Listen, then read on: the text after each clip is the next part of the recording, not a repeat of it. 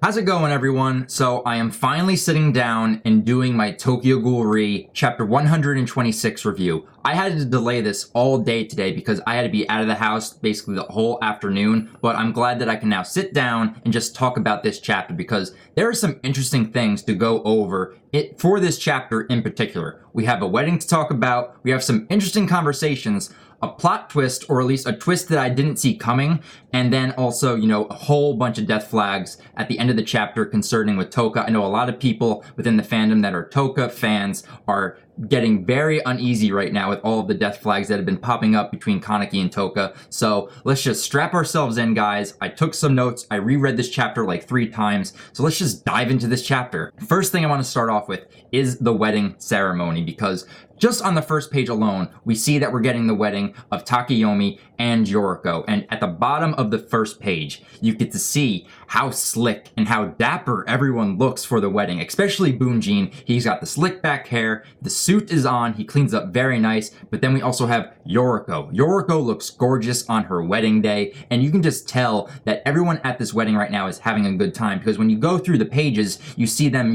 exiting the building, the confetti's in the air, and it's just a happy occasion within this world of tragedy that we know to be within Tokyo Ghoul. It's a happy moment, at least for Bunjin and Yoriko, and we get to see everyone in attendance at the wedding. We have all CCG members, and we even see Papa Kurioa crying for his boy. He's just so happy that his son marrying basically the love of his life right now, which is absolutely amazing. And Yoriko goes to throw the bouquet, and I missed this in my live reaction because I totally forgot this character's name. It totally escaped me, and I knew this character actually popped up in earlier parts of Tokyo Ghoul, but as soon as I saw the person catch the bouquet, I was like, oh crap, I can't remember this person's name. But thanks to you guys pointed it out to me, and I definitely want to thank you guys for telling me who this character was.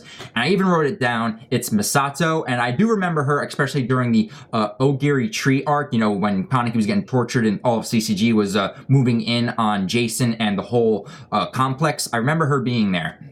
But the fact that she catches the bouquet and it's like, oh, you know how traditions go in weddings. The person that catches the bouquet is next in line, basically, to get married. It's like this whole thing with marriages. So right now, if you go by that logic, Masato is the next one in line that is going to be getting married. But this is a very happy occasion, but then it actually shifts just a little bit to a very interesting conversation that I think a lot of us have been waiting for to happen between Urei and Mitsuki. Even before the conversation starts between Urei and Mitsuki, you kind of get to see these panels of Urei basically eyeing Mitsuki, because you know that he wants to talk with Mitsuki about the stuff that he found in her room, but also I think there's some pent-up feelings for Urei that have been hinted at, but kind of get crushed due to the revelations that he finds out about Mitsuki during this whole conversation. But before we start with this conversation, there is a look that I do have to address here. Mitsuki looks a lot like Furuta within this chapter. Now, I actually have pictures just to demonstrate for you guys, because as soon as I saw Mitsuki rereading this, I was like, holy shit, Mitsuki looks like a little Furuta. And if you look at these 2 pictures right here, Mitsuki's got the hair kind of like in a shoe style, but also in a Furuta style as well. But just the way that Mitsuki has cleaned up and just in a suit and tie, and the way that Mitsuki's hair is done looks extremely like Furuta. I'm getting Furuta vibes just from Mitsuki alone, but also with finding out that Mitsuki is in charge of the Ogai and got personally put into that position by Furuta himself. It's definitely going to lead to some interesting, stuff that's going to be happening with Mitsuki leading the Ogai, but also on her manhunt to find Kaneki. But going into the conversation that we have right now between Urei and Mitsuki, it actually starts off very nice, like a little small talk here and there, but you can tell that Urei is dancing around the fact that he wants to talk about the stuff that he found in Mitsuki's room, but he never gets to that point within this conversation. But they end up talking about all of these happy moments and trying to figure out, are we ever going to have happy moments in our lives again? And they start talking about, possibly getting married. They mention Yonebayashi, possibly becoming a mom. Some very good back and forth between Urei and Mitsuki. But then we also have, the topic being brought up of, it's like, well, will we ever have these happy moments again? And, Mitsuki basically telling them, it's like, oh, I went to go visit Kaneki at the cafe that he used to go to all the time, and I found him there. And, Urei is finally having the conversation with Mitsuki, and Mitsuki is, saying to him, I want to stop Kaneki at all costs. And this conversation leads down a path to where Urei is like, well, why do you want to stop him? And it ends up leading to the fact to where Mizuki finally reveals to Urei her affection and love for Heisei. And I love this panel too. I got to go to this panel right here, because looking at this panel of her finally admitting to Urei, at least to someone else besides herself or Kaneki, you know, because I love him. I love Inspector Sasaki. And I saw this panel and it immediately brought me back to a past panel of Heisei when he was walking with Arima and he had the same smile on his face. Now, if you actually look at this picture right here, it almost looks exactly identical. Like, I already know, and a lot of us know, that Mizuki has been paralleled with Kaneki / Heisei for a while now, and it's kind of like mirroring the same stories, because Mizuki's tragedies tend to mirror Kaneki's tragedies, and seeing that panel of Mizuki having this like happy face and smile and admitting her love to Urei reminded me a lot of this panel right here. And I was just like, holy crap, like the connections just get bigger and bigger with Mizuki. And like watching Urei like see this, and you can see that he has a defeated look on his face when he hears this from Mizuki. And then she further goes on to say, and there's nothing I can do about it. If there was, I'd do it, come what may. But if you look at Urei's facial expressions and his face, it's got like this deadpan look on his face. And there have been hints ever since the beginning of Tokyo Ghoul Re and the development of Urei's character that there have been feelings building up inside him, possibly for Mizuki. And I think hearing that probably defeated him in some way, just with the fact that he's losing not only a comrade and a teammate, but possibly also a love interest that could pop up later on down the road for him, because he has built up and has actually cared for Mizuki ever since the auction raid arc. And there have been feelings there, whether it be romantic or just plainly a best friend type of relationship. And it's just like, damn, I feel sorry for Urei right now, because he's trying so hard to keep the original QS together.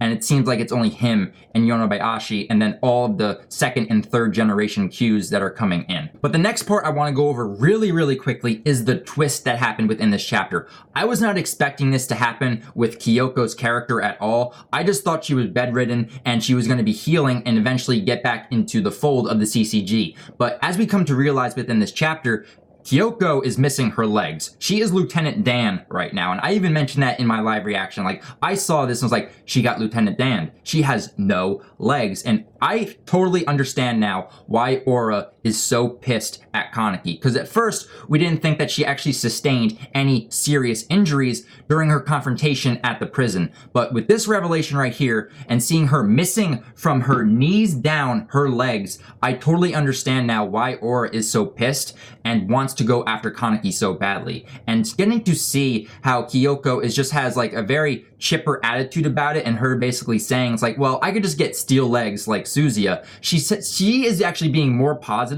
about the whole situation than Aura is. But I can understand that if this is Aura's like only motherly figure in his life, I totally understand why he's so hell-bent on going after Kaneki. But I do love the line that he does deliver in this chapter where he goes, and Kyoko, the day we celebrate your healing, I'll bring you that bastard as a Quinque. It's badass, and I know I don't want that to come true at all, but it's a badass line to say, and I was just like, okay, Aura, I understand you right now. But this next section within the chapter has a lot of promise for moving forward in the future chapters of Tokyo Ghoul, because we have Ui talking with a dead man. And when I read this chapter, I had to go back and see who it was that Ui was exactly talking to. And when you look at this picture right here, it makes me laugh every time, because the person that Ui is talking to is the meat shield that Furuta used when he was fighting Matsume during the auction raid. And I just love this picture right here. And just the shocked look on, what's this character's name? I have it right here.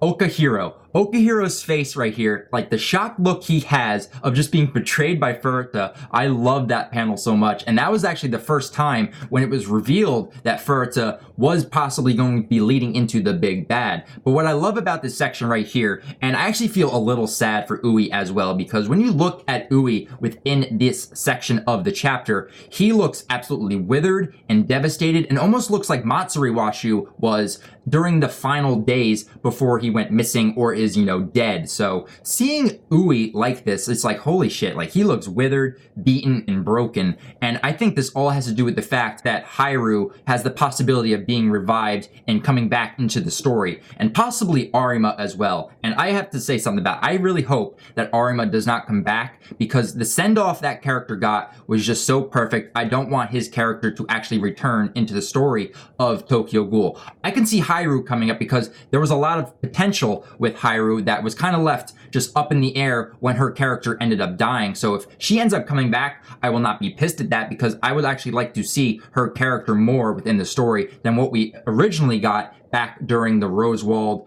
investigation arc, where she ended up dying at the hands of Matsume. But going back to Uwe in this chapter, Uwe reminds me right now a lot of Matsuri Washu was during his final days before, he ended up, getting betrayed by everyone in V, and then end up either dying or gone missing in action. But seeing him like this, that something right now is really, really bad with Uwe right now. Like, seeing him in this state, you just know that he is just like up against the wall. He has no idea what to do, and Furuta basically has him by the balls right now, and Uwe just doesn't know what to do. So I feel really bad for Uwe right now, and I'm really, really hoping that he redeems himself and gets out of the clutches of Furuta and ends up coming over to the winning side. So hopefully that does end up happening. But I think some key information that comes up between the Uwe and Akahiro moment within this chapter deals with the fact that as he's leaving, he mentions that he needs to take medicine, and if he doesn't, he'll actually go back to the grave. And that's very interesting dialogue right there, because knowing that he was already dead to begin with after the Rosewald investigation arc, and seeing him alive right now, what does that mean that he has to take his medicine? Does this have anything to do with RC cells, or is this something completely new that we had not been introduced to yet within Tokyo Ghoul? And this is something that is causing Furuta, to bring back the dead in some sort of way. It's something that's very interesting right now, because we have not seen this throughout the whole story of Tokyo Ghoul. And to have this being brought up right now between this conversation of a dead man talking to Uwe right now, and with the possibilities of Arima and Haru to possibly come back, this medicine right here is something that's going to be very interesting. And if it's RC cells, so it's something that we've already been introduced to, but it's an evolution in the development of RC cells. But if it's something new, this is a game changer in dealing with the fact that maybe Shirazu could come back alongside Arima and Haru. So if Shirazu comes back, that'd be crazy. But this development and this revelation of a medicine that is keeping this guy alive is something that we do have to keep a close eye on, and it's something that could pop up later on in future chapters. But now it's time to get into the nitty-gritty of this chapter, because I think that a lot of people right now are talking about this and are very, very worried. And this has to do with the death flags that have been coming up with Toka and Kaneki's relationship, but most heavily with Toka, because in this chapter, we see that Kaneki brought Toka to the outskirts of the wedding so that way Toka could witness Yoriko's wedding day, which I think was very nice for him to do. And the fact that he, brought Toka along is very nice as well. And you can tell that they're starting to build on this relationship that they now have consummated with last chapter. And I love like how cheerful Kaneki looks in this overall chapter.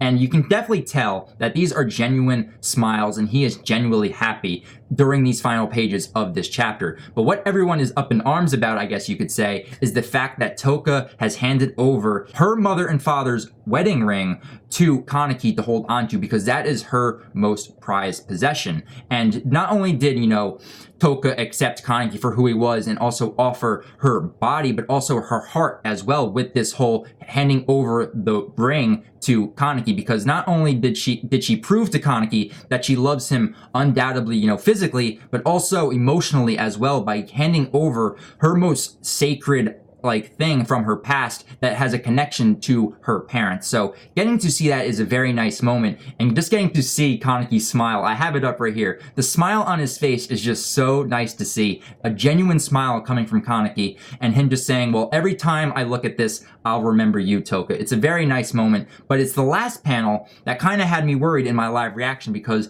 it's just a centipede on the ground, and it just has the dialogue of, let's go, everyone's waiting. We know that they're going to meet up with the rest of the GOAT team members.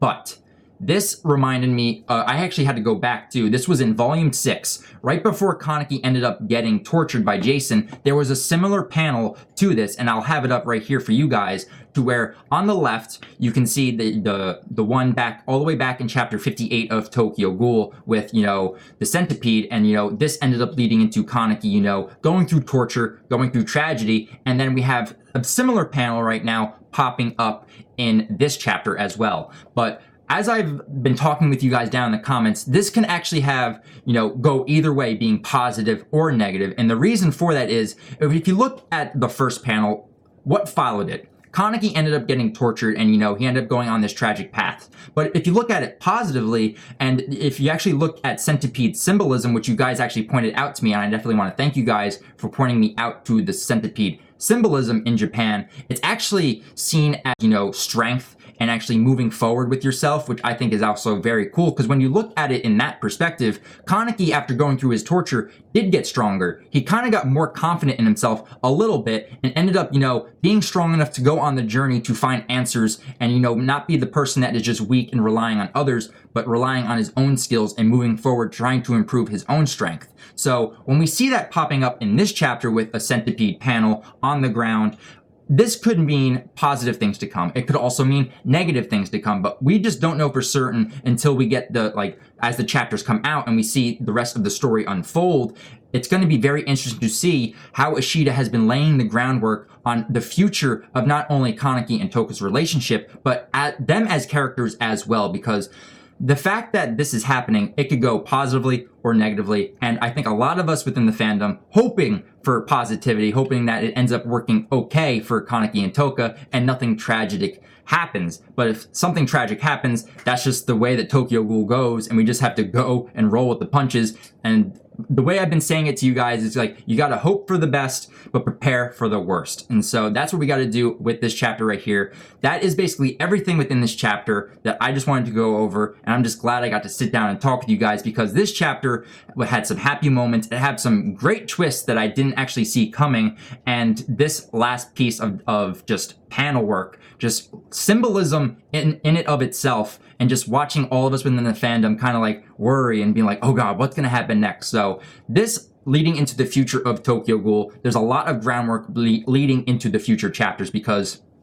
we have Mizuki now in charge of the Ogai, and we know that she's hell-bent on capturing Kaneki, and that is an understatement when I say just capture Kaneki. Like, we have no idea what Mizuki has planned for when she actually has Kaneki or Toka within her clutches. So there's a lot of possibilities moving forward with that, but also Kaneki and Toka rejoining with Team Goat. Like, I am wondering too, how many members of Team Goat realize now that Kaneki and Toka are now going to be in a romantic relationship in a way, and if anyone is going to pick up on that. So moving forward with these next few chapters, it's going to be very interesting to see how the CCG is going to handle everything moving forward, but then also how Team Goat is going to handle the overall situation and how they're going to combat Furita moving forward in the next couple chapters. So I definitely want to hear your guys' thoughts on this overall chapter. I know there's a lot of stuff that I went over, but whatever you guys feel like talking about, leave your thoughts down in the comments below. I would love to hear them. And if I missed anything, please point that out too as well. We can continue the conversation down in the comments below.